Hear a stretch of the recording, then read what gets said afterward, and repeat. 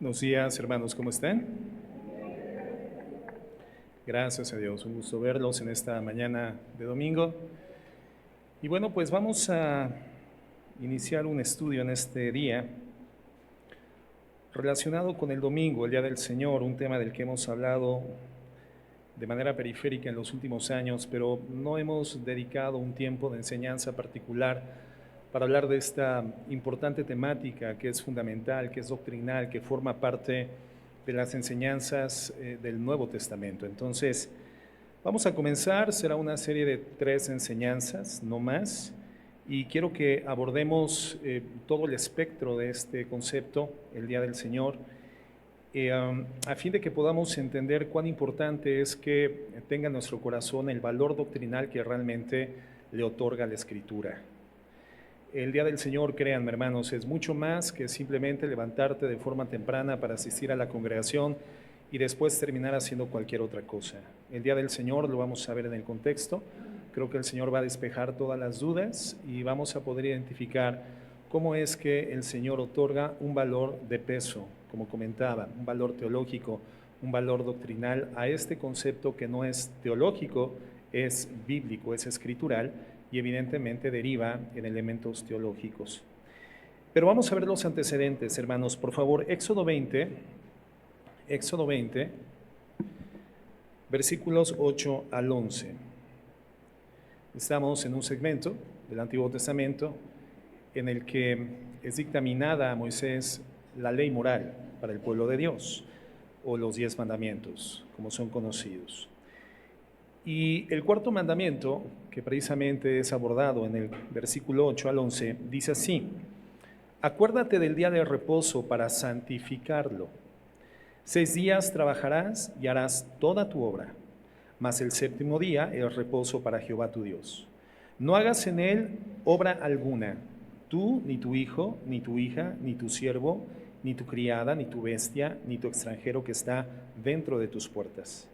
Porque en 6 días hizo Jehová los cielos y la tierra, el mar y todas las cosas que en ellos hay, y reposó en el séptimo día. Por tanto, Jehová bendijo el día de reposo y lo santificó. Vamos a orar. Señor, con una actitud humilde, acudimos ante tu presencia en esta mañana, adorándote, vinculándonos, Señor, comunitariamente en la exaltación y en gratitud a tu santo y divino nombre. Hemos entonado cánticos, Señor, cuyas letras exaltan tu obra extraordinaria en la cruz del Calvario, tu obra de redención. Estamos aquí presentándote la gratitud de nuestro corazón abierto y honesto, reconociendo que toda la asistencia que requerimos para una vida íntegra y digna proviene de ti. La vida misma, Señor, es otorgada por ti porque tú eres la fuente de la vida.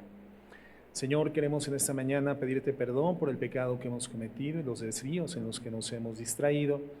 Y queremos, Señor, pedirte de forma especial que la iluminación de tu palabra por tu Espíritu Santo impacte en nuestro corazón y continúe definiendo nuestro estilo de vida, nuestro estilo de conducta, a fin de que podamos reflejar con nitidez la obra de tu gracia en nuestro ser. Bendecimos tu nombre en Cristo Jesús. Amén y amén. Bien. El mandamiento acerca del Sabbat, hermanos, el Shabbat, es un tema controversial. Históricamente hemos visto la división de iglesias y denominaciones cristianas por una equivocada interpretación de estos textos veterotestamentarios. Cuando pronuncio el término veterotestamentario, estoy hablando del Antiguo Testamento, ¿no? Como cuando le dices a una persona que es veterana, le estás diciendo que es antigua, que es de una generación anterior. Y entonces veterotestamentario nos habla del Antiguo o del Viejo Testamento. Es un tema veterotestamentario, el tema del Sabbat. Su interpretación no precisa a lo largo de la historia cristiana, pues ha generado divisiones importantes. ¿Dios considera un pecado que trabajemos el día domingo, hermanos? ¿Sí o no? ¿Dios considera pecado que tú abras tu negocio y te dediques al comercio o atiendas asuntos laborales el día domingo? ¿Sí o no? Bueno, esas ideas están basadas en el pensamiento de que el domingo para los cristianos es el Sabbat del Nuevo Testamento. Es decir, el Sabbat es para nosotros el día domingo. El sábado es un mandamiento para su pueblo y esto no tenemos ninguna duda. ¿Debería el sábado continuar siendo nuestro día de adoración? Para nosotros como cristianos, el pueblo de Dios neotestamentario, es en realidad, hermano, el principio fundamental del descanso total del Sabbat del Antiguo Testamento, un mandato que se transfiere idéntico a la escena del Nuevo Testamento en el día domingo, sí o no. Bueno, cosas como esta es lo que creen los adventistas del séptimo día, o el movimiento de raíces hebreas y otros grupos que se autodefinen como cristianos, pero en términos reales inciden en desvíos importantes de la interpretación bíblica. Y si nosotros consideramos el domingo como el día de adoración congregacional, ¿tendríamos que considerar el domingo como el Sabbat cristiano? Bueno, muchos cristianos a lo largo de la historia, hermanos, lo han creído de esta manera, y hablo de cristianos vehementes en su adoración y en su búsqueda de Dios. Aún héroes de la fe contemporáneos a nosotros han considerado que el domingo es el Sabbat cristiano. Y justamente, hermanos, vamos a estudiar este tema con el nombre Descanso de tu trabajo y búsqueda de Dios. Descanso de tu trabajo y búsqueda de Dios. Porque eso era lo que entendían los judíos, que era justamente el cuarto mandamiento, este que acabamos de leer en Éxodo 20 del 8 al 11, sobre el día de reposo. El sábado, hermanos, fue constituido como el séptimo día de la semana. Dios les dio a los israelitas, digamos que el mismo patrón de la creación, en que el Señor trabaja 6 días y descansa el séptimo día. Y de acuerdo al Antiguo Testamento, eso es una ley para ser cumplida para el pueblo de Dios. El cuarto mandamiento instruyó a los judíos a descansar de su trabajo y a buscar específicamente del Señor. 6 días de trabajo y el día séptimo un día enteramente de descanso. No porque Dios estuviese cansado, descansó el séptimo día, sino porque Él terminó la obra de la creación en 6 días. Y entonces el séptimo descansa. Y no significa que deje de trabajar, sino que su labor creativa termina específicamente en 6 días. Por lo tanto, todo el proceso creativo es ese elemento culminado plenamente por el Señor, y el Señor descansa del proceso creativo. Sin embargo, encontramos alguna mención del Señor Jesucristo en los Evangelios donde dice: mi Padre hasta el día de hoy trabaja y por lo tanto yo también trabajo.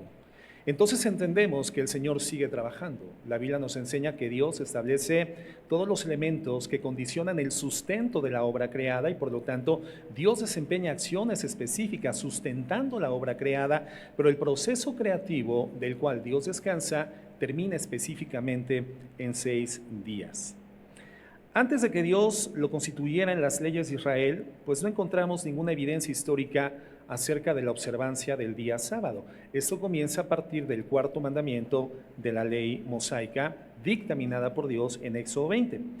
Pero es muy importante entender que el sábado en la Escritura no solamente era una ley por guardar.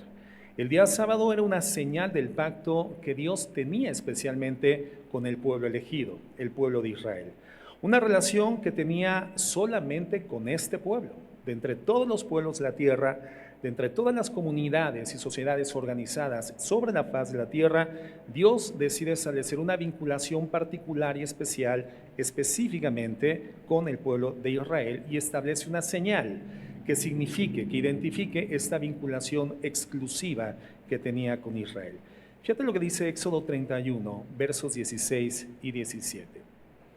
Éxodo 31, 16 y 17. Guardarán pues el día de reposo, los hijos de Israel, celebrándolo por sus generaciones por pacto perpetuo. Y fíjate lo que dice el 17. Señal es para siempre entre mí y los hijos de Israel. Una señal específicamente para el pueblo de Dios, el pueblo de Israel. ¿Cómo podríamos interpretar la palabra señal? ¿Cómo conceptualizaríamos o definiríamos la palabra señal? Una señal es una marca que permite hacer distintiva una circunstancia. Una señal es una marca que nos permite identificar que algo está específicamente diferenciado de un núcleo contextual o que es diferente a una comunidad en general. Entonces, el Señor está diciendo que hay un elemento distintivo, significativo, una marca que hacía especial su relación con el pueblo de Israel en relación a todos los demás pueblos de la tierra. Señales para siempre entre mí y los hijos de Israel, porque en 6 días hizo Jehová los cielos y la tierra, y en el 7º día cesó y reposó. Fíjense lo que dice Ezequiel 20:12.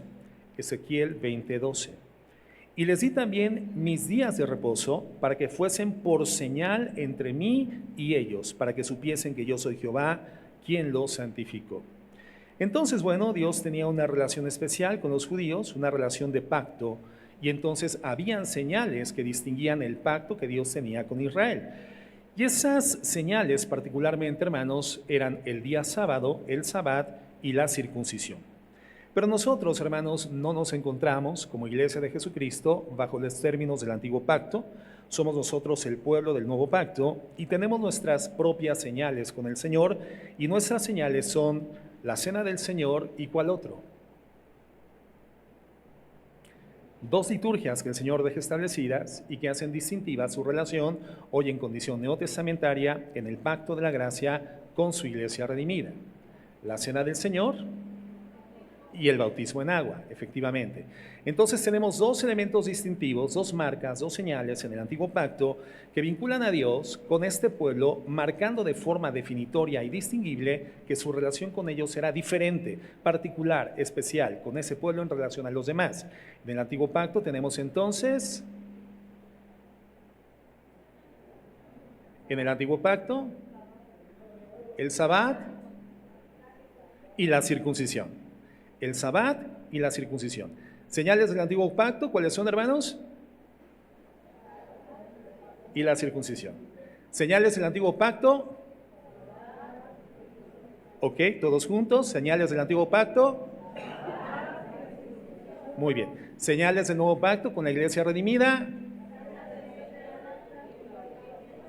Otra vez. Santa Cena y bautismo en agua. Muy bien. Yo sabía que me estaban prestando atención, hermanos. Muy bien. Entonces, ¿cuál es la relevancia que tiene el antiguo pacto para los creyentes del nuevo pacto? ¿Qué tan relevante, hermanos, son los elementos del antiguo pacto para nosotros que somos hijos de Dios por la redención, los méritos de Cristo en la cruz del Calvario, y que nos define como la iglesia vigente, el pueblo vigente, digámoslo así, de Jesucristo en la tierra? Bueno, en 2 maneras. En primer lugar, las prácticas del reposo del antiguo pacto, es decir, la práctica del sabbat, no es vinculante para los creyentes del nuevo pacto. Esta celebración del sabbat, que quedó como señal perpetua de Dios con el pueblo de Israel, para nosotros en el nuevo pacto, hermanos, de ninguna forma es vinculante. Y les voy a dar algunas razones específicas. ¿Cuáles? Miren, el 4º mandamiento no está repetido específicamente en el Nuevo Testamento. Pero los otros 9 mandamientos de la ley de Dios sí están presentes en el nuevo pacto, sí están mencionadas por Jesucristo, por Pablo y por los apóstoles del Señor, aquellos que Dios inspiró como escritores del Nuevo Testamento, sí son mencionados o son aludidos en esta condición neotestamentaria en la que nos encontramos actualmente. Por ejemplo, el 6º mandamiento en la ley de Dios es no matarás, Éxodo 20:13. Pero en Mateo 5:21, el Señor Jesucristo dice: oísteis que fue dicho a los gentiles, no matarás, y cualquiera que matare será culpable de juicio. Hay una mención, hay un refrendo de parte del Señor Jesucristo en el nuevo pacto en relación al mandamiento, el 6º mandamiento del antiguo pacto. Y no solamente menciona esto, sino que además nos lleva a la raíz del pecado. Es decir, el Señor nos enseña que el pecado se consuma como tal, no en el momento en el cual se ejecuta, sino en el momento en el cual cobra vigencia en la intención del corazón de los seres humanos. Y por eso continúa diciendo en el verso 22, pero yo les digo que cualquiera que se enoje contra su hermano será culpable de juicio, y cualquiera que diga necio a su hermano será culpable ante el concilio, y cualquiera que le diga fatuo quedará expuesto al infierno de fuego. pacto. Es decir, el Señor está diciendo, no matarás, es vigente. Forma parte de la ley moral, de la ley mosaica dictaminada a Dios por su pueblo en el Antiguo Testamento, pero esto sigue vigente para nosotros como ley moral, como iglesia de Jesucristo. Y no solamente no es matar con tus manos, acribillar, acuchillar, disparar una pistola o detonar un elemento mortal en contra de una persona, sino que la muerte en contra del hermano se ejecuta cuando tú comienzas a generar odio, resentimiento en tu corazón hacia él. El pecado no se encuentra en la comisión, el pecado se encuentra desde la intención en el corazón. Pero el no matarás, hermanos, sigue siendo absolutamente vigente para nosotros en el nuevo pacto. Otro ejemplo, el séptimo mandamiento. No cometerás adulterio, lo encontramos en Éxodo 20:14. Pero en Mateo 5:27, el Señor dice, oísteis que fue dicho, no cometerás adulterio. Pero yo os digo que cualquiera que mira a una mujer para codiciarla, ya adulteró con ella en su corazón. El mismo elemento. El pecado no se comete cuando éste se lleva a la práctica en términos físicos, sino cuando la intención llega al corazón del ser humano. Entonces, no solamente no adulterarás del antiguo pacto, sigue vigente para nosotros en la dispensación de la gracia, sino que además el Señor nos dice, no solamente es que no cometas en términos prácticos el adulterio, sino que basta con que tú lo tengas como una intención del corazón, entonces ya eres culpable de adulterio. El no adulterarás de la ley de Dios sigue siendo vigente para nosotros en el nuevo pacto. El amor al prójimo, por ejemplo, que en términos generales se enmarca en toda la ley mosaica, el Señor Jesucristo en Mateo 5:43 nos dice lo siguiente: oísteis que fue dicho, amarás a tu prójimo y aborrecerás a tu enemigo. Pero yo os digo, amad a vuestros enemigos, bendecid a los que os maldicen, haced bien a los que os aborrecen y orad por los que os ultrajan y os persiguen. Y en Romanos 13:8 viene una especie de reglamentación de este mandato que el Señor nos da en Mateo. El apóstol Pablo dice lo siguiente: no debáis a nadie nada, sino el amaros unos a otros, porque el que ama al prójimo ha cumplido la ley. Porque no adulterarás, no matarás, no hurtarás, no dirás falso testimonio, no codiciarás, y cualquier otro mandamiento en esta sentencia se resume: amarás a tu prójimo como a ti mismo. El amor no hace mal al prójimo, así que el cumplimiento de la ley es el amor. En Éxodo 20:12, hermanos, por ejemplo, se nos da el quinto mandamiento: honra a tu padre y a tu madre. Y en Efesios 6, hermanos, se cita este mandamiento. Efesios 6:2, honra a tu padre y a tu madre, que es el primer mandamiento con promesa. Entonces vemos cómo hay una mención nuevamente, digamos, ratificada, restablecida, de esos preceptos del antiguo pacto, digamos, configurados, codificados en la ley de Dios, en estos mandamientos de la ley de Dios, mencionados igualmente en el nuevo mandamiento como normativos dentro del marco de la conducta y los procedimientos y el estilo de conducta y comportamiento social que el Señor espera de su pueblo redimido por la gracia. Pero en el caso del cuarto mandamiento, hermano, no vemos que ninguna parte del Nuevo Testamento tenga mención. No es mencionado por Pablo, no es mencionado por Jesús, no es mencionado por Pedro, no es mencionado por Santiago, por ninguno de los apóstoles ni los escritores del Nuevo Testamento es mencionado el mandato de guardar el día sábado. Uno de los más grandes problemas hermenéuticos en la historia es la relación de los dos pactos: el pacto del Antiguo Testamento y el pacto del Nuevo Testamento. Algunos podrían decir, bueno, está en el Antiguo Testamento y la palabra de Dios es todavía la palabra de Dios y permanece como palabra de Dios, a menos que algún elemento del Nuevo Testamento lo contradiga. Entonces habrían quienes dirían o podrían decir, no, es que, a ver, guardar el sábado hoy es vigente porque el Señor no dice que no se guarde el sábado. Porque la palabra de Dios del Antiguo Testamento sigue siendo palabra de Dios hoy en día y por lo tanto los cristianos tendríamos que guardar el Sabbat, el día sexto. Pero otros podrían decir, no, estamos hoy bajo el nuevo pacto y las cosas en el Antiguo Testamento están invalidadas a menos que sean refrendadas en el Nuevo Testamento. Entonces tenemos los casos que acabamos de ver en los que Jesús está citando mandamientos del antiguo pacto, Pablo está mencionando mandamientos del antiguo pacto, pero el cuarto mandamiento, el guardar el día de reposo, hermano, no es citado por ninguno de los personajes y ninguno de los escritores del Nuevo Testamento. La segunda razón es que nunca leemos en el Nuevo Testamento acerca de creyentes después de Pentecostés observando el día de reposo. No vemos ninguna mención, ningún elemento ilustrativo, ninguna alegoría, ninguna cita en el Nuevo Testamento que nos permitan ver ilustrada la práctica del Sabbat por los judíos convertidos a Jesucristo. Después de la venida del Espíritu Santo en Pentecostés, nunca leemos de creyentes, aún siendo judíos, observando el día de reposo, observando el Sabbat.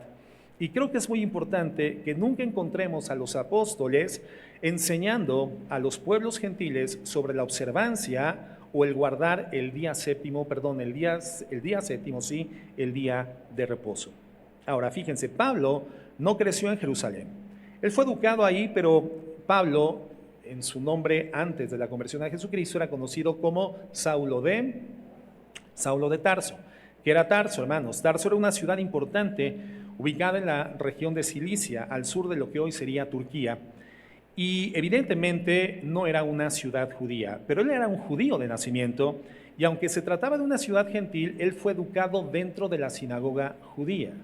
¿Qué fue lo que sucedió con Pablo, como en el caso de muchos judíos? Bueno, en la dispersión, hermanos, en el exilio babilónico, cuando fueron dispersados hacia el imperio precisamente de Nabucodonosor II, hermanos, cuando después de que Nabucodonosor y todo el imperio babilónico es conquistado por el imperio persa y Ciro el Grande ordena el retorno de los judíos a Jerusalén, no todos los judíos regresan a Jerusalén. Muchos judíos, conservando la usanza de sus tradiciones, de su cultura, de su educación, quedan dispersos, ubicados en pequeñas comunidades en lo que era anteriormente todo el imperio babilónico. Y ese es el caso de Pablo. Él por eso es conocido como Saulo de Tarso, porque él nace en esta ciudad de la región de Cilicia, de Turquía, y bueno, él nace ahí, pero se conserva en sus tradiciones, en su cultura y en sus prácticas religiosas como un judío de pura cepa, como un judío 100% tradicional. Entonces entendemos que Pablo fue instruido dentro de la sinagoga judía y estaba totalmente familiarizado con los elementos de la ley, con el antiguo pacto y por lo tanto con los 10 mandamientos de la ley de Dios. Pero ahora, después de la fiesta de Pentecostés, la primera fiesta después de la resurrección de Jesucristo, cuando se da el advenimiento del Espíritu Santo y comienza la predicación totalmente coordinada del Evangelio en todos los lugares de la tierra conocida, el Evangelio se expande y no vemos a Pablo en ningún momento haciendo refrendo de las instrucciones del guardamiento del sábado o la celebración del sábado con los cristianos de las iglesias gentiles. Tenemos que recordar que el ministerio del apóstol Pablo particularmente se orientó no hacia los judíos, sino hacia los pueblos gentiles. Y por eso hay una carta a los corintios, a los cristianos en Tesalónica, a los cristianos en Éfeso, en Colosas, etc. Entonces, Pablo era un judío, por lo que comenzaba a predicar en las ciudades gentiles dentro de las sinagogas. Una vez que Pablo era echado en las sinagogas por no ser aceptado la predicación del Evangelio, entonces él iba a los lugares públicos, a los mercados, a las plazas, predicaba el Evangelio y comenzaba el establecimiento de una nueva iglesia cristiana en una ciudad gentil.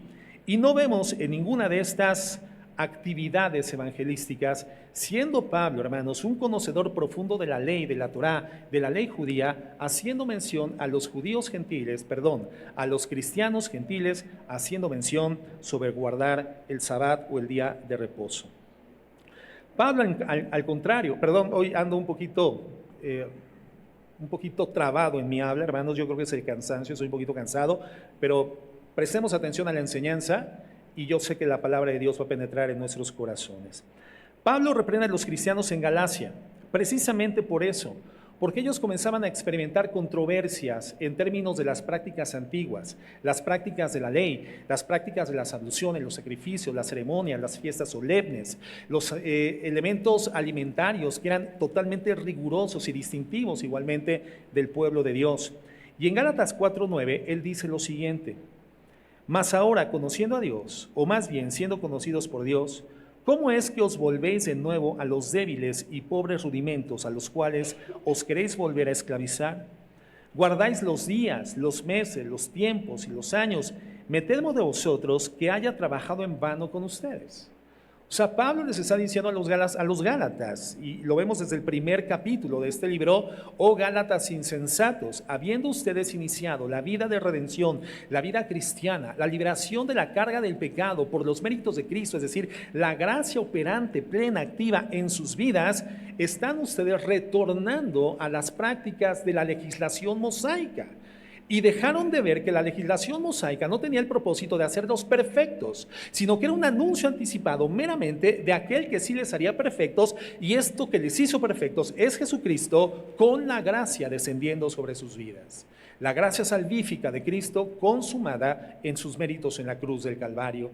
Entonces les reprende y les dice: están retornando nuevamente a las fiestas, abluciones, prácticas, sacrificios, los elementos de la ley que solamente eran un anticipo que anunciaban que vendría un tiempo en donde lo perfecto lograría establecer una condición diferente espiritual en la vida de los seres humanos. En Colosenses 2, verso 16, lo vemos más claro. Dice: por tanto, nadie os juzgue en comida o en bebida. Nadie te puede juzgar en lo que comes o en lo que bebes. A ver, pero permíteme, la ley de Dios dice que no debemos de comer cerdo o pescados con escamas u otros tipos de animales como el armadillo, por ejemplo, porque eran considerados animales inmundos. Entonces, ¿qué es lo que les dice Pablo? Por tanto, hoy en día, por la gracia, ya no por la ley, sino por la gracia, nadie les juzgue en comida o en bebida, o en cuanto a días de fiesta, luna nueva o días de reposo. Nadie los juzgue por no guardar el día de reposo. Todo lo cual, fíjate lo que dice, era sombra de lo que habría de venir, pero el cuerpo es Cristo. Entonces, todo esto que estaba definido a través de prácticas litúrgicas en el Antiguo Testamento, el Nuevo Testamento lo menciona como sombras de lo que habría de venir. Cuando tú pones un objeto entre la luz y una superficie, lo que la luz proyecta sobre la superficie es la sombra del objeto, pero la sombra del objeto, hermano, no es el objeto, es un anticipo de la sustancia del objeto. Y esa sustancia es la que modela la sombra, pero la sombra no es el objeto. Cuando tú te ves, ¿verdad?, caminando en un día soleado en la calle y observas tu sombra sobre el pavimento, la sombra eres tú, hermano, ¿sí o no? ¿Sí? ¿Tú eres la sombra? Entonces, si tú abandonas a tu esposa, no te preocupes, hermano, porque si te mete una demanda de pensión alimenticia, que juzguen a la sombra. ¿Verdad? No, la sombra no somos nosotros, tú no eres la sombra, pero la sombra es el anticipo, es el reflejo de una sustancia tangible, concreta. Entonces digamos que la sombra es una especie de anticipo, y es lo que dice Pablo. Todo esto que eran abluciones, fiestas solemnes, sacrificios, reglamentos alimentarios muy rígidos, no significaban la sustancia de aquello que sí les haría perfecto en el futuro, solamente era una sombra que anticipaba el advenimiento de algo que lograría darnos perfeccionamiento. En otras palabras, la sustancia fundamental que produce la sombra le pertenece a Cristo. La sustancia le pertenece a Cristo. Entonces, el Sabbat, hermanos, es una señal que corresponde al antiguo pacto y no al nuevo pacto. Digamos que el Sabbat es una sombra de lo que habría de venir. Por estas razones, las regulaciones del Sabbat del antiguo pacto no están vinculadas a los creyentes de Jesucristo en el nuevo pacto. Y por lo tanto, en vez del sábado, encontramos a partir de la resurrección del Señor Jesucristo a todos los creyentes reunidos el primer día de la semana, el día domingo, y no el día sábado. Y eso lo hicieron así para poder conmemorar la resurrección de nuestro Señor Jesucristo, que se registra ¿en qué día de la semana, hermanos? ¿En qué día? El día domingo. ¿Y el día domingo qué día de la semana es? Es el primer día de la semana. Entonces, a partir del nuevo pacto, vemos esta conmemoración constante de la resurrección de Cristo y todos los eventos significativos después de la resurrección, incluyendo la venida del Espíritu Santo, hermanos, en la fiesta de Pentecostés, incluyendo la revelación del libro del Apocalipsis, ¿en qué día se registra? ¿En qué día se registra? ¿En qué día resucitó Cristo? ¿En qué día vino el Espíritu Santo? En la fiesta de Pentecostés. ¿Pero qué día? Miércoles, hermanos. Miércoles. No, hermanos, el primer día de la semana, el día domingo. Hermanos, hay que leer la Biblia un poco más, ¿eh? Acuérdense que venir a la congregación es venir a un salón de clases. Venimos a una aula, venimos a aprender cosas que necesitamos interiorizar y retener. Entonces, ¿cómo entras a una aula, a un salón de clases? Donde hay un maestro, donde hay un aprendiz y donde hay una enseñanza, con un cuaderno y con una pluma. Y tu responsabilidad es tomar nota. Y después de que sales del salón de clases, ¿qué te dice el maestro? Estudia, estudia para el examen, estudia para aprender, estudia para crecer, estudia para cultivarte, estudia para conocer más, para amplificar tu marco de referencia y poder tener una interpretación correcta de la realidad. Bueno, hermanos, venir a la iglesia es exactamente lo mismo. Es venir a una aula donde el maestro, ¿quién es el maestro? ¿El pastor? ¿Quién es el maestro? El Espíritu Santo. ¿Cuál es nuestro libro de texto? La Biblia. ¿Y cuál es el tema central de nuestro estudio? Jesucristo, hermanos. Entonces hay que venir con cuaderno y pluma. Eso es ser un estudiante serio de la palabra de Dios. Cuando tú ves algunos videos, por ejemplo, de iglesias muy tradicionales y muy formales y muy maduras en los Estados Unidos, y ves cómo el expositor, el predicador está ante la audiencia, tú ves prácticamente al 99% de la audiencia con un cuaderno y una pluma en la mano. Cada ocasión que el predicador menciona una cita, aun cuando sea proyectada en las pantallas, ves a la gente bajando la vista hacia su cuaderno y haciendo la nota con su pluma en sus papeles.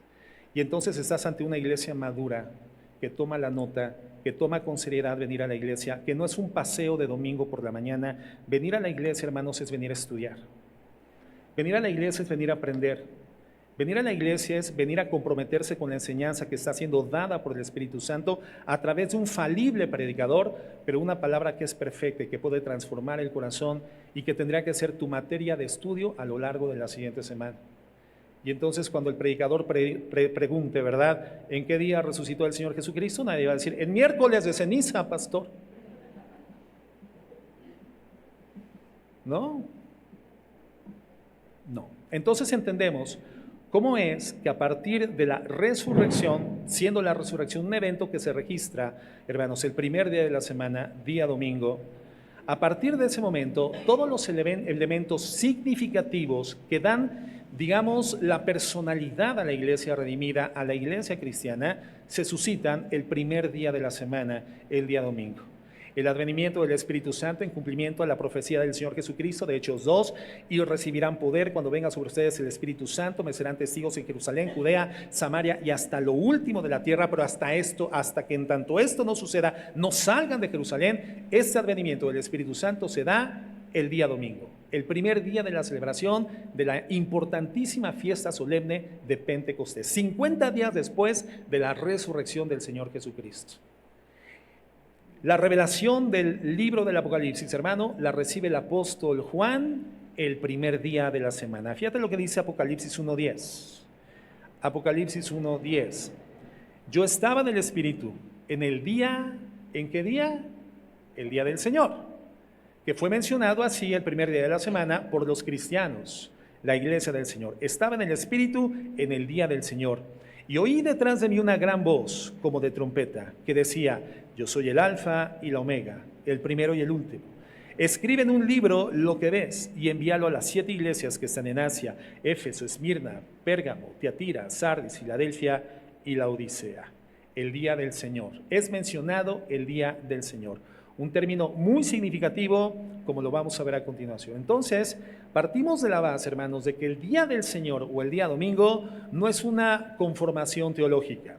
Hay muchos elementos conceptuales teológicos que se derivan de una correcta interpretación del estudio bíblico, como por ejemplo el concepto teológico de la Trinidad. Tú vas a estudiar todo el Antiguo Testamento, todo el Nuevo Testamento de manera profunda, de manera realmente comprometida, y no vas a encontrar la mención del concepto de Trinidad. ¿De dónde deriva el concepto de Trinidad? De un estudio profundo, denodado, concienzudo, correcto, guiado por el Espíritu Santo, en donde claramente sale a la luz la divinidad del Padre, del Hijo y del Espíritu Santo, y entonces se genera el concepto teológico correcto de la Trinidad. Pero cuando hablamos del día domingo, el día del Señor, el domingo, el primer día de la semana, hermano, no es una configuración teológica, no es algo que se deduzca de la correcta interpretación bíblica. Estamos hablando de una mención escrita, una mención específica, algo que fue dictado por el Espíritu Santo y escrito por los escritores bíblicos. El día del Señor, el día domingo, definido como el día del Señor, no es un invento teológico. El día domingo es mencionado como el día del Señor. El día del Señor o el mediodía del Señor. El día del Señor. Las primeras 4 horas del día domingo del Señor. No, es mencionado como el día del Señor. El día del Señor. Un concepto doctrinal, un concepto bíblico contenido en la palabra de Dios. Ellos jamás lo llamaron el Sabbat cristiano. Nunca fue definido como el Sabbat cristiano. No, era el nuevo día, era parte del nuevo pacto y por lo tanto era diferente completamente al Sabbat. Entonces, lo primero que debemos entender cuando vemos la relación entre el Sabbat del antiguo pacto, las señales del antiguo pacto, es que, en primer lugar, las prácticas del antiguo pacto no están vinculadas con los creyentes del nuevo pacto. Las prácticas legales de circuncidarse, los días de fiesta, los alimentos judíos y todos los sistemas sacrificiales que se celebraban en el tabernáculo y en el templo no son vinculantes para nosotros como personas del nuevo pacto. Y en segundo lugar, el día de reposo del antiguo pacto tiene cumplimiento en la obra completa del nuevo pacto de nuestro Señor Jesucristo. El día de reposo como una tipología, como una sombra anticipada de lo que sucedería posteriormente con su advenimiento a la tierra, tiene cumplimiento con la obra totalmente culminada de Cristo en la cruz del Calvario a través de nuestro Señor Jesucristo. Entonces decimos que el Sabbat del antiguo pacto es cumplido en la obra finalizada por Cristo en el nuevo pacto. El Sabbat del antiguo pacto es cumplido en la obra finalizada por Jesucristo en el nuevo pacto. Y esto, hermanos, es un tipo del Antiguo Testamento. Un tipo, hermanos, es una figura retórica, es una expresión del lenguaje que tiene el propósito de, a través de comparaciones o anticipaciones, darnos un mensaje espiritual importante, un mensaje espiritual profundo. Entonces, el Sabbat, hermanos, es un tipo del Antiguo Testamento. Entonces, teológicamente entendemos que todos los tipos se encuentran en el Antiguo Testamento. Y al cumplimiento de los tipos del Antiguo Testamento, teológicamente se les conoce como contratipos. Contratipos. Entonces, encontramos tipos en el Antiguo Testamento de los cuales el contratipo es nuestro Señor Jesucristo. El cumplimiento de esos tipos o el advenimiento de esas sombras, la sustancia real de esas sombras es nuestro Señor Jesucristo. Por ejemplo, David, el rey David. David, hermano, es un tipo de nuestro Señor Jesucristo. De hecho, a Jesucristo se le conoce como el hijo de David, en quien serían cumplidas todas las promesas de redención, de expiación y de conformación de un pueblo que nacería de la simiente de David. David es el tipo, el contratipo es nuestro Señor Jesucristo. David, digamos, es una forma de anticipar la promesa y Jesucristo es el cumplimiento de la promesa. ¿Me estoy explicando, hermanos? A pesar de que hoy me tragué la ametralladora, ¿sí? Bueno, Melquisedec, rey de Salem, sacerdote del Dios Altísimo, aquel a quien Abraham le paga los diezmos del botín que había adquirido después de haber vencido al rey de Sodoma, hermanos. ¿Se acuerdan de ese pasaje? ¿Dónde está ese pasaje? Bueno, bien, hermanos, hay que leer la Escritura porque es uno de los textos básicos del Antiguo Testamento para poder entender, hermanos, las promesas del Nuevo Testamento, ¿verdad? Bien, en el libro de Salmos, Eclesiastés, Éxodo, ¿quién da más? Génesis. No me griten, sí los oigo, hermanos. Génesis, en el libro del Génesis, hermanos, ¿verdad? Melquisedec. Y esto es una alegoría de lo que sucede después en la última cena o en la cena del Señor cuando el mayor bendice a los menores. Y entonces Abraham le paga los diezmos del botín de la batalla ganada al rey de Sodoma, a Melquisedec, rey de Salem, sacerdote del Dios Altísimo, y el mayor Melquisedec bendice al menor, ¿verdad? Entonces Melquisedec, hermano, dice la Escritura que no se tiene conocimiento de sus antecedentes ni de su genealogía. Hay teólogos o eruditos que dicen que es una preencarnación del Señor Jesucristo, es una cristofanía, es una presentación antes de la encarnación de Jesucristo. Melquisedec es un tipo en el Antiguo Testamento y su cumplimiento es Jesucristo en el Nuevo Testamento. José el soñador es un tipo de Jesucristo que tiene un cumplimiento perfecto en el Nuevo Testamento en Jesucristo. Los elementos del tabernáculo y del templo, el propiciatorio, la sangre que era derramada en el propiciatorio, hermano, todo eso era un tipo representativo de la sangre de Cristo que sería derramada en la cruz del Calvario y que podría expiar para siempre al ser humano de su condición pecadora. Mientras la sangre derramada en los propiciatorios, hermanos, del tabernáculo, del templo, en el Antiguo Testamento, que literalmente fueron bañados de sangre a lo largo de siglos enteros, donde esos animales sacrificados representaban una expiación solamente temporal, una cobertura temporal del pecado cometido por el pueblo, era un antitipo, era una sombra, un anticipo del cumplimiento de la sangre de nuestro Señor Jesucristo, que no cubre el pecado, sino que tiene el poder de eliminar para siempre la culpabilidad del pecado y vincularnos con Dios. Entonces tenemos tipos, y hace un momento te dije contratipo, perdón, no es contratipo, es antitipo. Antitipo. Los que ya pusieron contratipo en sus notas, táchenle contra y pónganle anti, ¿verdad? Antitipo. El velo del templo. ¿Qué separaba el velo del templo, hermanos? O el velo del tabernáculo. ¿Quién me dice? El lugar santo del lugar santísimo. ¿Y quién podía entrar al lugar santísimo? ¿El sacerdote? No. El sumo sacerdote. ¿Y cuántas veces al año? Una vez al año. ¿Y para qué entraba? Para presentar la sangre del sacrificio delante de Dios y que entonces Dios perdonará durante el siguiente año los pecados del pueblo. Extendía temporalmente un año su expiación, su perdón, su misericordia a favor del pueblo pecador, ¿verdad? Entonces, cuando se rasga ese velo, en el momento de la crucifixión y la muerte del Señor Jesucristo, ¿qué representaba ese velo? El cuerpo del Señor Jesucristo. Tenía que ser rasgado, destruido el cuerpo del Señor Jesucristo en la cruz del Calvario para abrir entonces por su sangre un camino nuevo, dice el libro de los Hebreos, al cual podemos nosotros acceder, transitar libremente con un corazón limpio, con conciencias purificadas delante de Dios y poder encontrar en el trono de la gracia el oportuno socorro y la misericordia que requerimos día con día para poder vivir santificados, para ser cada día más semejantes al Señor Jesucristo. Entonces, el tipo era el velo y el antitipo fue nuestro Señor Jesucristo. La serpiente en el desierto. ¿Se acuerdan de la serpiente en el desierto? ¿Qué se tuvo que hacer con la serpiente en el desierto? Levantarla. Una escultura de una serpiente. ¿Por qué? Porque habían serpientes, hermanos, que estaban mordiendo a los judíos y estaban muriendo. Y entonces Moisés recibe la revelación de parte del Espíritu Santo de que haga la imagen, una escultura de una serpiente, la ponga en una estaca, la levante en el desierto y que cuando un judío fuera mordido, ¿qué tenía que hacer? Voltear a ver a la serpiente. Y volteando a ver a la serpiente, ¿qué sucedía? Era sanado y no moría.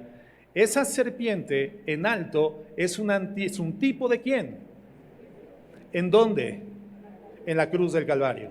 ¿Tú quieres ser salvo de la condición mortuoria, de la separación eterna de Dios por la comisión de tu propio pecado? ¿Quieres ser salvo de la condenación eterna? ¿A dónde tienes que voltear? Tienes que voltear a la cruz del Calvario. La Pascua, el Pesaj judío, hermanos, el sacrificio del cordero y las dinteles y las puertas del pueblo judío pintados con la sangre de ese cordero es un tipo de ¿qué, hermanos?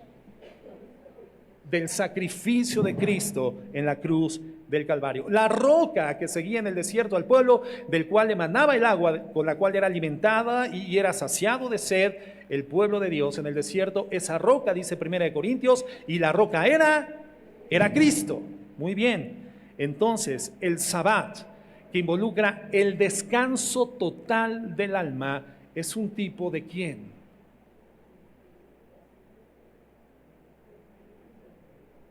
Voy desde el principio. Buenos días, hermanos. Vamos a hablar del día del Señor en esta mañana. El Sabbat, que involucra el descanso total de las obras, es un tipo y su antitipo es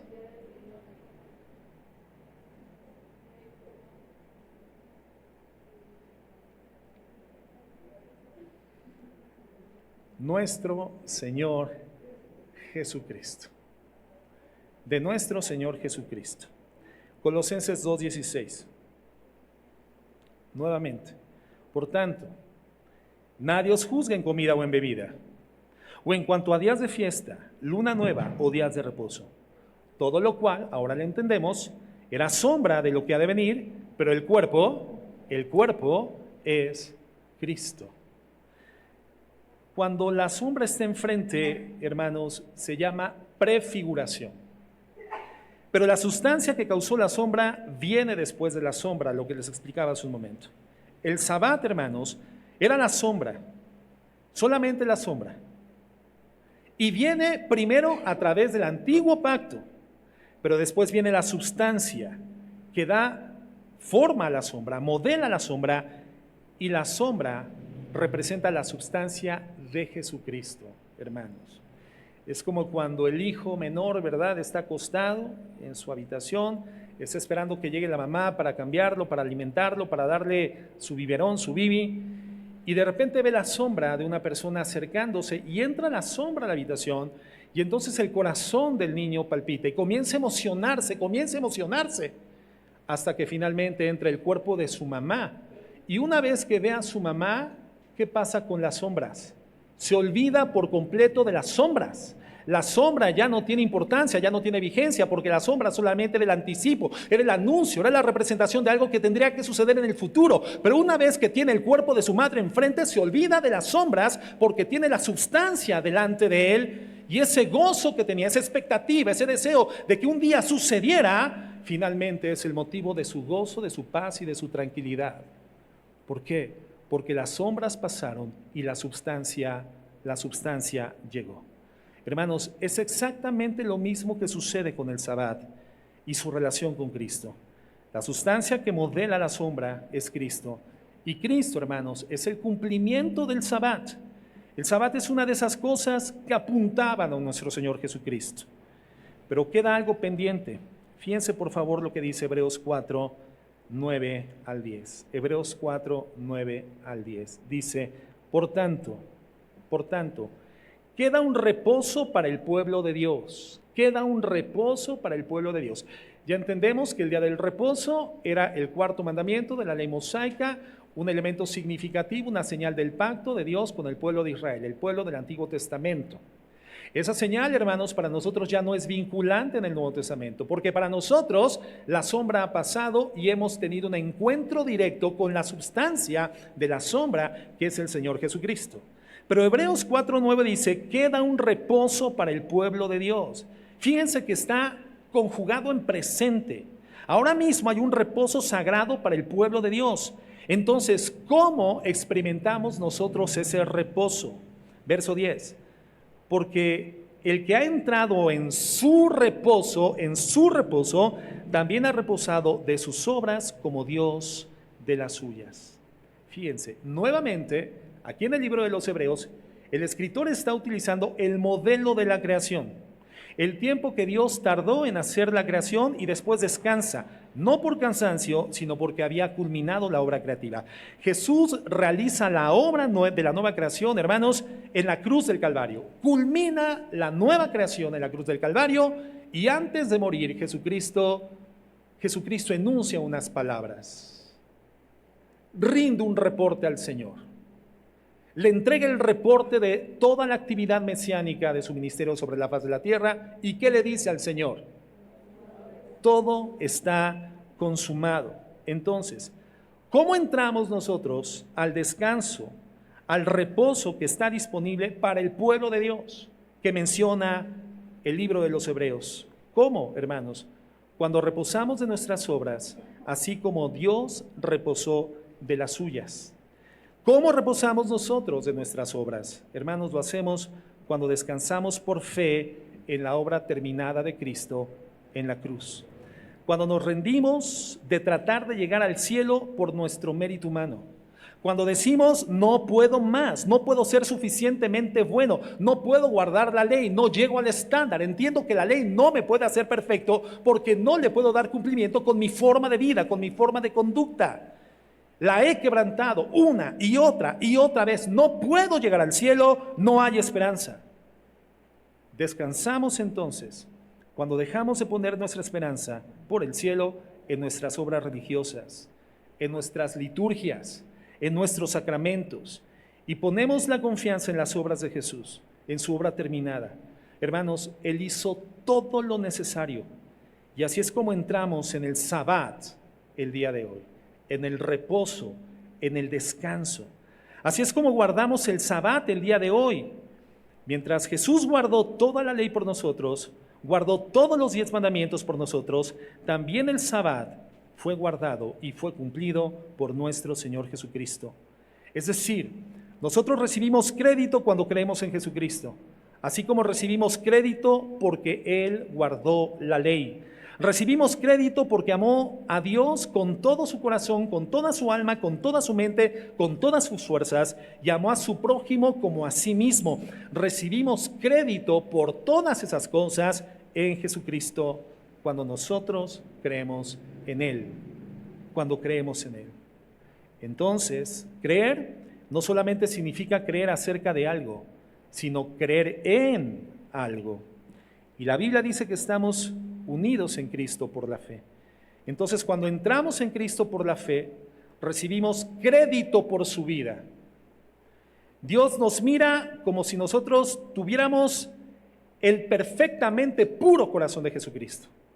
Cuando creemos en el Evangelio de la Gracia, recibimos a Cristo en nuestro corazón, el Señor nos ve como si tuviéramos la perfecta y pura mente de nuestro Señor Jesucristo.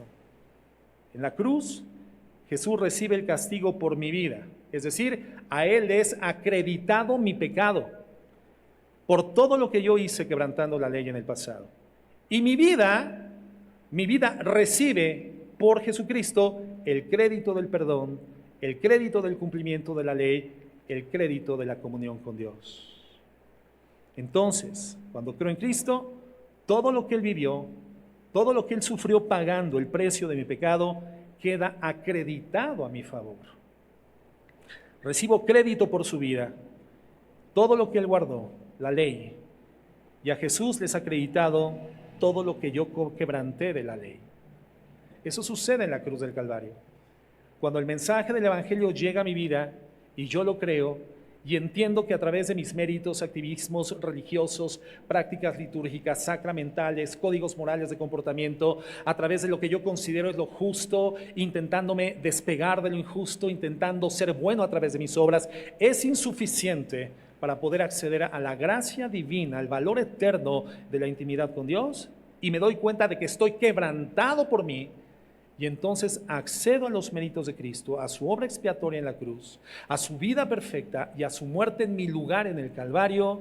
En ese momento, hermano, todo lo que Cristo cumplió de la ley es acreditado a mi nombre, y todo lo que yo quebranté de la ley es acreditado sobre Jesucristo. Es un doble crédito, es el intercambio de un crédito. A mí se me acredita la santidad del Señor y a Él se le acredita la culpa de mi pecado. Cuando nosotros experimentamos esto, entonces entramos en el reposo del Señor.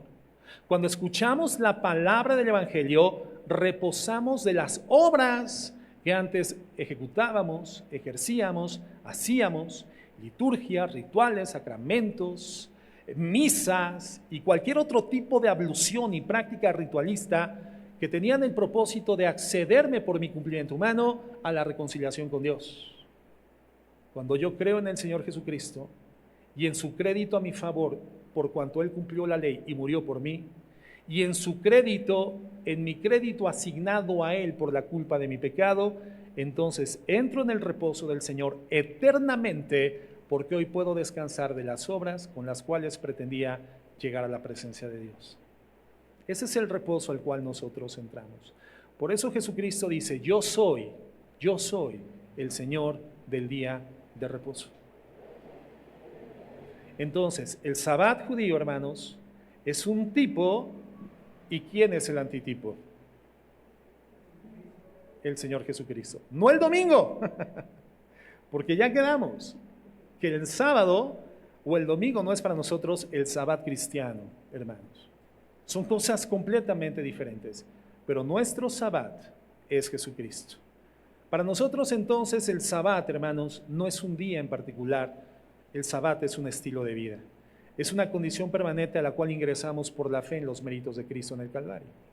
Es cuando entendemos que Él lo recibió en nuestro lugar, que Él fue castigado por nuestra culpa, que el precio de nuestra paz fue sobre Él, que Él fue constituido voluntariamente por el designio eterno del Padre en el depósito de la culpa que yo había cometido, y que el que jamás pecó por nosotros se hizo pecado para que nosotros fuésemos hechos la justicia de Dios en Jesucristo.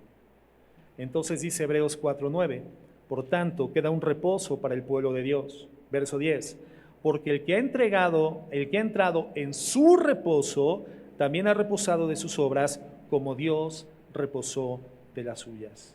Entonces, guardamos el Sabbat, ¿cuándo? ¿Cuándo guardamos el Sabbat? ¿Cuándo? A ver, más fuerte porque así no los escuché. ¿Cuándo? Guardamos el Sabbat cuando venimos a Jesucristo. Guardamos el Sabbat cuando entregamos nuestra vida voluntariamente a la voluntad de Dios. Cuando creemos en su sacrificio por nuestro perdón. Cuando creemos en su poderosa resurrección. Cuando creemos que Él es el Señor, que Él es Dios en la carne. Cuando damos una respuesta afirmativa de corazón al mensaje del Evangelio, entramos al Sabbat. Nuestro Sabbat es Cristo muriendo y resucitando por nosotros. Cristo entonces, hermanos, es el cumplimiento del Sabbat.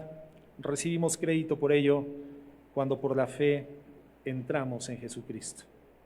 Entonces, en el cuarto mandamiento, en Éxodo 20, donde dice que no se debe de hacer nada, y después de que Dios dio los 10 mandamientos, encontraron a un hombre, por ejemplo, juntando ramas en el Sabbat. Era una violación a la ley de Dios. ¿Qué pasó con ese hombre? Lo llevaron ante Dios y el Señor dijo que lo apedrearan. Antiguo Testamento. Números 15, 32 al 36.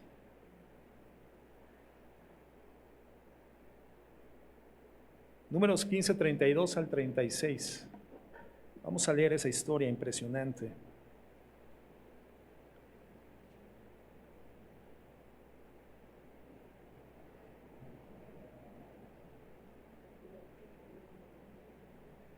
Y dice así: estando los hijos de Israel en el desierto, hallaron a un hombre que recogía leña en día de reposo. ¿Y qué decía la ley en el cuarto mandamiento? Que el día sábado, el día séptimo, sería santificado al Señor. Ni tú, ni tu hijo, ni tu hija, ni tu criado, ni tu criada harán absolutamente ninguna obra, porque es día de reposo para el Señor. Bueno, a este hombre se le ocurrió recoger leña el día de reposo y lo trajeron a Moisés y a Aarón y a toda la congregación.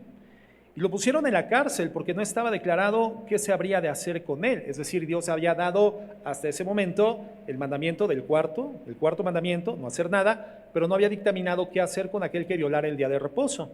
Entonces Jehová dijo a Moisés, irremisiblemente, ¿qué significa irremisiblemente? No hay otra alternativa, esto es irrevocable, esto se tiene que ejercer así, irremisiblemente muera aquel hombre, apedréelo toda la congregación fuera del campamento.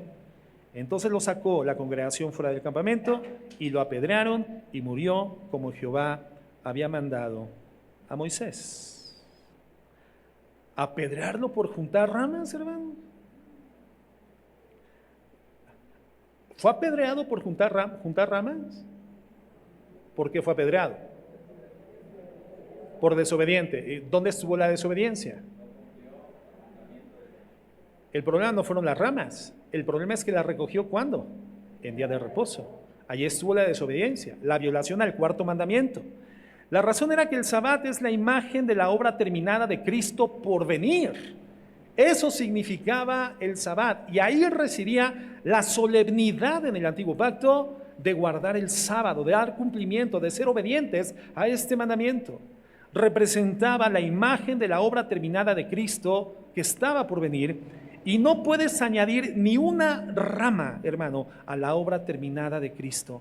Somos salvos solamente por la gracia, a través de la fe, no por obras, no por nuestra propia justicia, no por nosotros, no por ningún esfuerzo humano. Y era importantísimo para Dios que esta realidad, esta tipología, quedara plasmada en la mente y en el corazón del pueblo de Dios,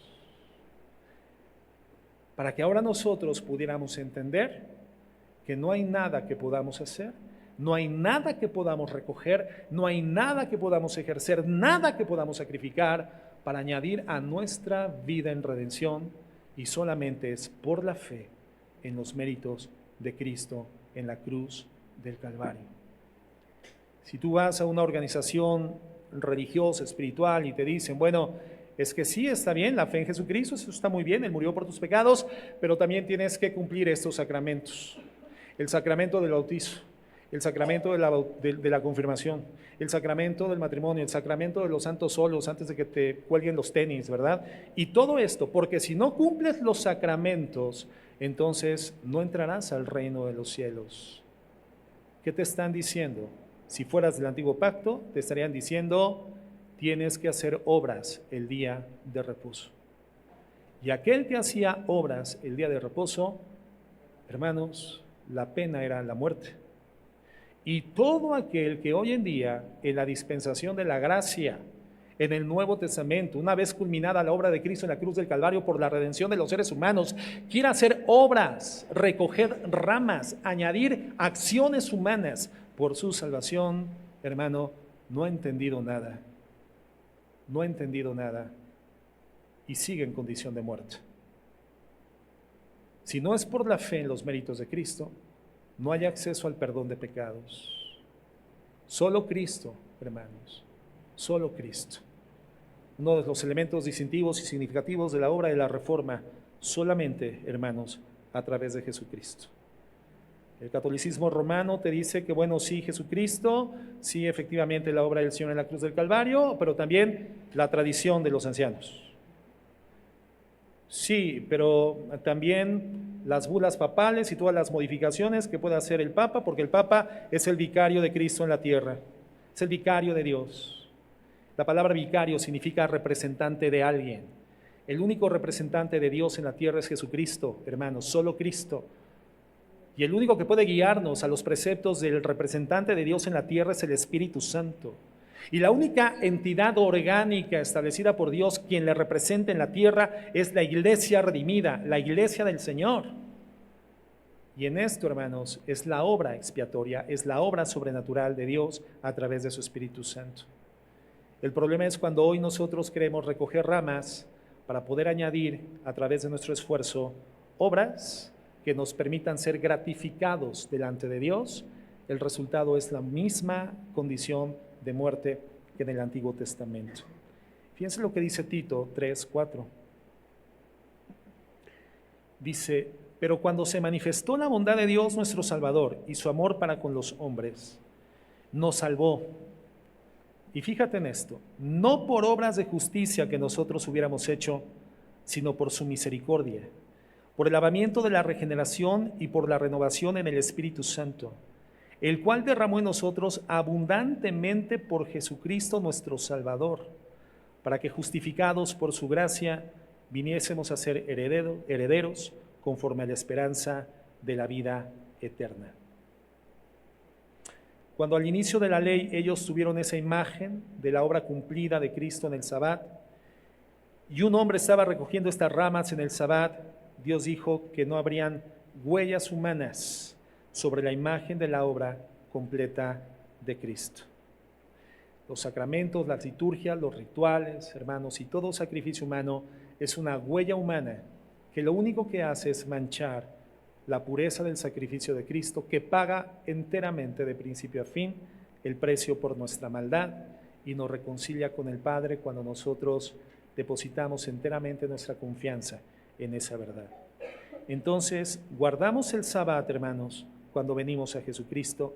Él es el cumplimiento del Sabbat. Lo primero que debemos de entender para captar la relevancia de este cuarto mandamiento, entonces, es que las regulaciones del Sabbat ya no son vinculantes para los cristianos en el nuevo pacto. Y lo segundo, para entender, es que el cuarto mandamiento es cumplido en la obra completa del nuevo pacto en nuestro Señor Jesucristo. Entonces, hermanos, siendo que nosotros hemos entrado ya por la fe en el reposo del Señor, y siendo que no hay más nada que añadir, no hay más nada que hacer para poder disfrutar de este descanso, no como un día, sino como una condición espiritual permanente hasta nuestro encuentro con Cristo. Es decir, el Sabbat, digamos, es nuestro curso permanente de vida hasta nuestro encuentro con el Señor, el día de la redención final. Pero siendo el día domingo, a partir del Nuevo Testamento, un día dedicado a la adoración al Señor, ¿cómo es que nosotros debemos de gastar, cómo debemos de usar, cómo tenemos que emplear el día del Señor? ¿Cómo tenemos que utilizar el primer día de la semana? ¿Cómo tenemos que hacerlo? ¿Cuánto tiempo llevo de predicación? Perdón. 1 hora 5 minutos.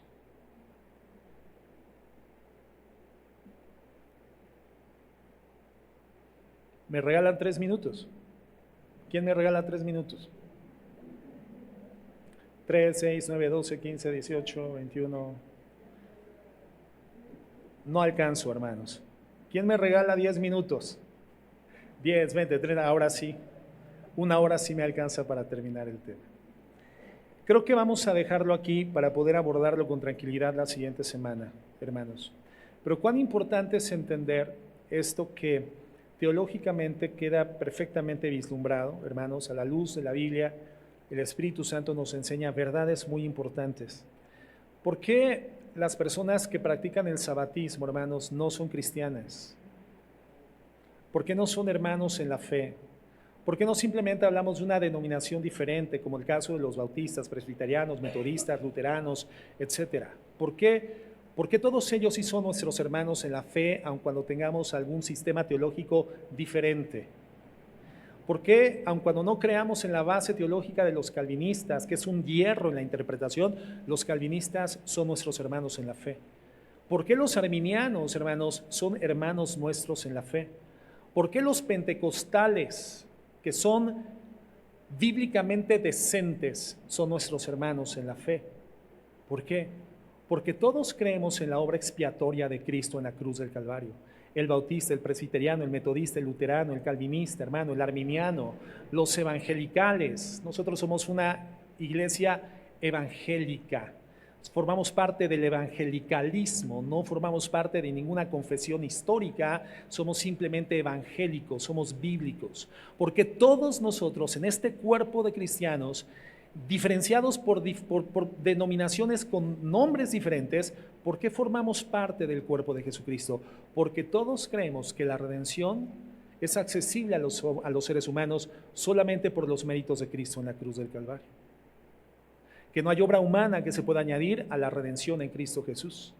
Que la sangre del Señor Jesucristo redime y limpia para siempre el pecado de la humanidad, la culpa de la pecaminosidad humana.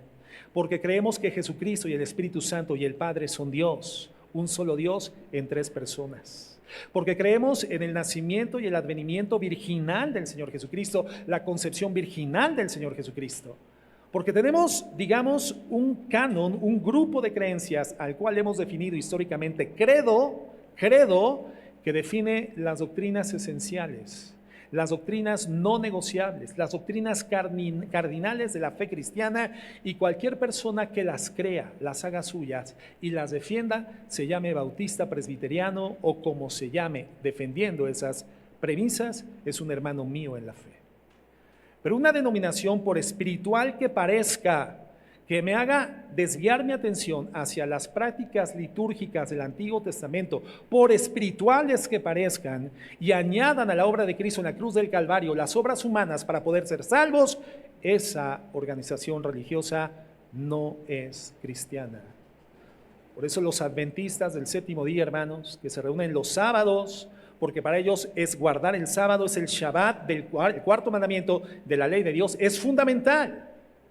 Por eso un sabatista, hermano, un adventista, No puede trabajar en cualquier lugar porque una empresa que trabaja el día sábado simplemente no le va a prestar sus servicios porque va a decir, yo soy cristiano. No, tú no eres cristiano, tú eres legalista, tú no has entendido. Pasaste de largo, te quedaste en la sombra, abrazaste la sombra, es decir, estás abrazando nada, lo etéreo, lo ingrávido, lo insubstancial, no tienes nada en tus manos. Nosotros hemos abrazado la sustancia que es Cristo. Y Cristo es nuestro Salvador, y Cristo es nuestro Redentor, y Cristo es el cumplimiento de la promesa, y Cristo es la sustancia de la sombra, y Cristo es el antitipo del tipo. El Shabbat es el Señor Jesucristo logrando la expiación de la humanidad y el descanso eterno de las obras por la redención en la cruz del Calvario. Es su obra la que nos lleva al Señor, su obra la que nos reconcilia con el Padre. Cristo, hermanos, es el cumplimiento del Shabbat. Y entonces el Shabbat para nosotros es una condición a la que entramos eternamente a partir del día en el cual entregamos nuestra vida a Cristo, le recibimos en el corazón. Él es nuestro Señor. Por eso no te tienes que circuncidar, hermano cristiano varón, y dale gracias a Dios por eso. Dale gracias a Dios por eso. No te tienes que circuncidar. Y si te circuncidaron de chiquito, pues qué bueno, porque ni te acuerdas. Pero imagínate circuncidarte a los 30, 35, 40 años de edad. Eso tuvo que hacer el pueblo de Dios, hermano. ¿Qué edad tenía Moisés? Moisés tenía 80 años, hermano, cuando fue circuncidado. Y toda su generación. Y no había gilocaína, no había anestésicos, no había quirófanos. No había nada que pudiera mitigar el dolor de la circuncisión. Y esos hombres el primer día aullaban de dolor, el segundo desmayaban del dolor. Pasaba la primera semana, segunda semana y comenzaban a restablecerse apenas, pero habían entrado en pacto con el Señor. Ya tenían la señal del pacto en su cuerpo. Y el Sabbat, la segunda señal del pacto, del pueblo de Dios con su nación elegida, Israel. Hoy, gracias a Dios, hemos entendido. El Señor Jesucristo nos dijo, la verdadera circuncisión es la del corazón. Pero te digo una cosa, hermano, a veces esa circuncisión duele más. Porque el corazón, de acuerdo a lo que el Señor Jesucristo nos revela, tiene un prepucio. Y ese prepucio, al igual que el prepucio del órgano físico varonil, viril, alberga contaminantes. Y el contaminante espiritual del prepucio del corazón es el pecado. Las cosas a las que nos habituamos, las cosas que nos gratifican carnalmente y que albergamos y que abrazamos, las prácticas ocultas que ejercemos en el sótano oculto de lo más profundo de la casa, donde creemos que nadie nos ve, esa práctica pecaminosa que practicamos en la zona cavernosa y oscura e interna de nuestra alma, donde creemos que nadie se da cuenta, y el Señor Jesucristo dice, la verdadera circuncisión es la del corazón. Corta ese prepucio. Y cuando cortamos el prepucio del corazón, y ahí tenemos literalmente que desalojar relaciones interpersonales que no edifican, que no son cristianas, que no agradan a Dios, que son pecaminosas, formas de vida, formas de comportamiento, formas de hacer negocio, la forma en la que le hablo a mi esposa, a mis hijos, mi interacción familiar, la manera en la que odio, la manera en la que critico, en la que sigo murmurando, la forma en la que cometo el pecado en lo oculto. Dice la Biblia, dice el Señor, tienes que cortarlo del corazón y no hay gilocaína para evitar el dolor. No hay anestésico espiritual para evitar que eso te duela. Te va a doler renunciar a esa persona que sabes que no es grata a los ojos de Dios, esa relación que no es correcta ante los ojos de Dios, esa forma de vida que no es correcta, esa forma de hablar, esa forma de conducirte que no es correcta a los ojos de Dios, que no tiene santidad en sus preceptos. Te va a doler. Y tienes que tomar una piedra afilada y clavarla. Eso es figurativo, no lo vayan a hacer, por favor, hermanos. Sí. No queremos que descienda el número de asistentes a la congregación. Figurativamente, tienes que clavar esa piedra afilada y tienes que cortar, como se hacía la circuncisión física en el órgano sexual del hombre, tienes que cortar con la piedra afilada y tienes que echar a un lado la práctica del pecado, y esto es voluntario, y vas a aullar de dolor. Te va a doler renunciar a eso. No hay forma de anestesiarlo. 2 días vas a llorar, 3 días vas a llorar. Pero deja que pasen un par de semanas y vas a comenzar a experimentar el bálsamo, la paz, el gozo y la sanidad de haber sido obediente al Señor. ¿Cuáles son nuestras señales en el nuevo pacto, hermanos? La cena del Señor. en la que participamos solamente las personas que hemos creído en el mensaje del Evangelio, que hemos sido redimidos por la gracia y por lo tanto a través de ese memorial lo que hacemos es recordar el sacrificio de Cristo y anunciar que ha sido resucitado de entre los muertos y por lo tanto esperamos su retorno por la iglesia. La cena del Señor y el bautismo en agua, con el cual obedecemos al Señor porque Él dijo: los que han creído en mi nombre, bautícense en el nombre del Padre, del Hijo y del Espíritu Santo. El bautismo no te da la salvación porque al final es una obra humana de obediencia, sí, pero una obra humana no te da la salvación. El bautismo lo que hace es representar ante los testigos de la iglesia que tú ya fuiste salvo por tu fe en Jesucristo. Entonces el bautismo es un símbolo únicamente externamente visible de algo que ya sucedió interno e invisible en tu vida espiritual, que es el día en el cual tú creíste en el Señor Jesucristo, le entregaste tu vida, le recibiste en el corazón, te hizo una nueva criatura, te salvó, entraste en el Shabbat del Señor, la condición eterna de paz, descansaste de tus obras y hoy entonces el Shabbat para ti es un descanso eterno de las obras humanas para alcanzar salvación. Esas son las señales de nuestro pacto: el bautismo y la cena del Señor. Pero entonces, ¿qué hacemos en el día del Señor? ¿Qué hacemos en ese día especial que está asignado, que está escrito, que está inspirado en el Nuevo Testamento y que tenemos no la existencia de mandamientos particulares, pero sí la práctica apostólica que nos permite derivar en los principios espirituales para poder gastar nosotros ahora, usar ahora nosotros el día del Señor? Porque es el día del Señor, no es el mediodía del Señor, no son las primeras 2 horas del día del Señor, no es el servicio dominical eclesiástico del Señor, es el día del Señor. ¿Será que el día del Señor, al igual que en el Sabbat, nosotros tengamos que dejar de hacer cualquier cosa? Al contrario, nos reunimos para adorar colectivamente al Señor, para bendecir su nombre, y esa es una acción y es una obra. En el Sabbat no lo podríamos hacer. En el día del Señor es lo que primeramente somos llamados a hacer. Pero lo vamos a estudiar a detalle, hermano, el próximo domingo, para poderlo abordar de manera específica, de manera detallada, y poder despejar a través de la exposición las dudas que puedan existir en el corazón de la iglesia. Vamos a orar.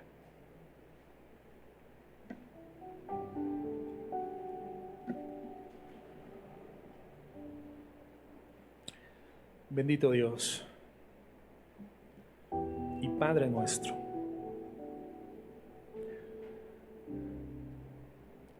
la realidad es que haber sido parte de tu pueblo elegido y haber sido testigos oculares y aún auditivos de esas grandes maravillas, haber convivido con esos personajes de la historia bíblica, reales todos, tendría que haber sido una enorme experiencia. Tendría que haber sido la mejor forma de vivir antes de tu advenimiento a la tierra.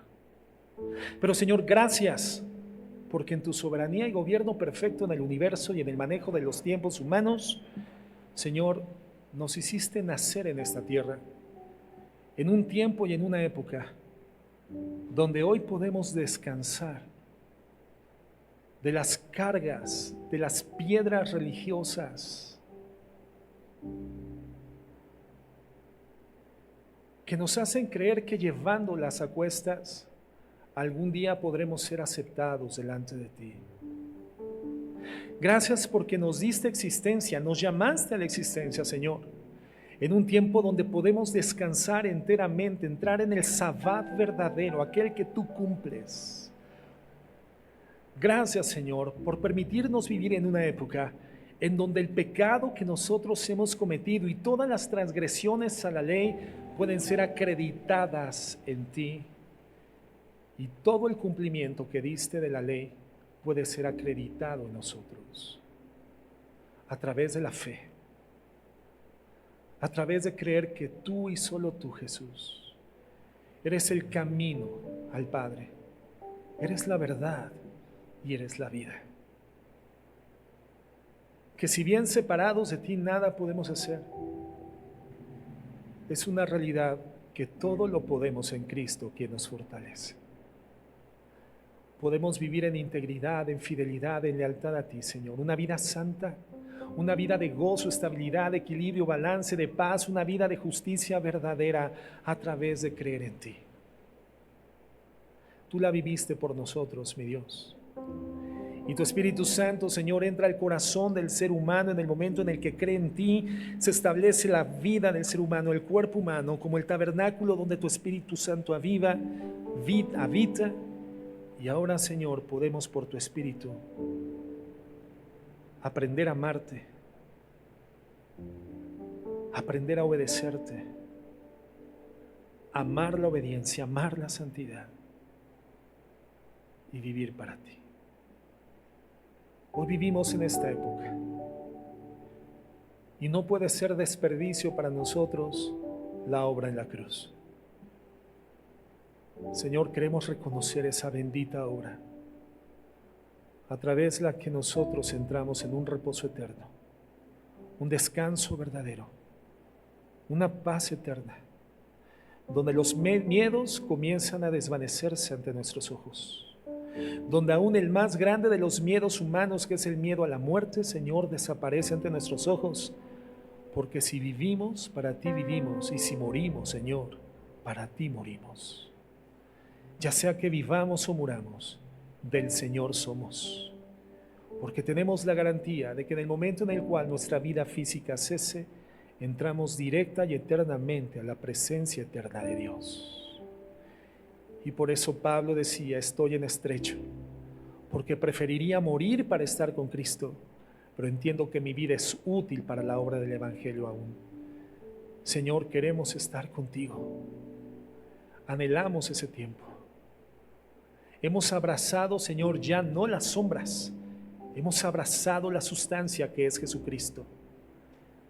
Y por cuanto Jesucristo es el camino, la verdad y la vida, Señor, ya hemos llegado a ti. Desde esta dimensión física ya estamos en ti, ya llegamos espiritualmente a casa, aun cuando físicamente estemos aquí. Un día estaremos plenamente, Señor, en tu presencia, gracias a que Jesucristo es nuestro Sabbat, nuestro eterno reposo. Gracias, Señor. En el nombre de Jesús, amén y amén.